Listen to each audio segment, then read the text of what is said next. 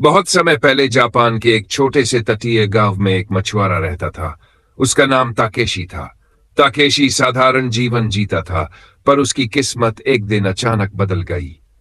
एक दिन जब वह समुद्र में मछली पकड़ने गया तो उसे अपने जाल में कुछ अजीब सा महसूस हुआ। जब उसने जाल बाहर निकाला तो उसकी आंखें फटी की फटी रह गईं। जाल में एक जल परी फंसी थी। पर यह कोई आम जल परी नहीं थी, बल्कि निंग्यो थी, जापानी लोक कथाओं में वर्णित एक रहस्यमयी जल प्राणी। निंग्यो का चेहरा सुंदर और रहस्यमयी था, लेकिन उसकी आंखों में गहरा दुख छिपा था। उसका शरीर मछली जैसा था, लेकिन बाल लंबे और सुनहरे थे। ताकेशी डर और आश्चर्य के मिश्रण में उसे किनारे ले आया। जलपरी ने मानवीय आवाज में कहा, मुझे वापस समुद्र में छोड़ दो ताकेशी। अगर तुम ऐसा नहीं करोगे तो यह गांव शापित हो जाएगा।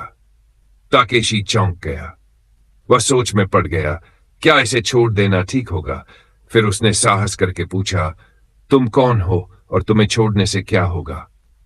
निंग्यो ने कहा, मैं एक अभिशप्त आत्मा हूं। सदियों पहले एक इंसान ने मुझे धोखा दिया था और तब से मैं समुद्र की कैद में हूं।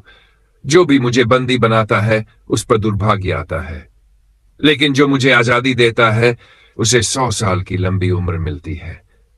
ताकेशी के मन में लालच भी था, डर भी, पर उसकी अंतरात्मा ने कहा, आजादी देना ही सही है। उसने जलपरी को वापस समुद्र में छोड़ दिया। जैसे ही निंग्यो पानी में समाई, आकाश चमक उठा और एक सुनहरी रेखा लहरों पर फैल गई। एक शांत मुस्कान के साथ जलपरी ने आखिरी बार ताकेशी की ओर देखा और कहा, तुमने मुझे मुक्त कर दिया। अब तुम पर समुद्र की कृपा रहेगी। उस दिन के बाद से ताकेशी की किस्मत बदल गई।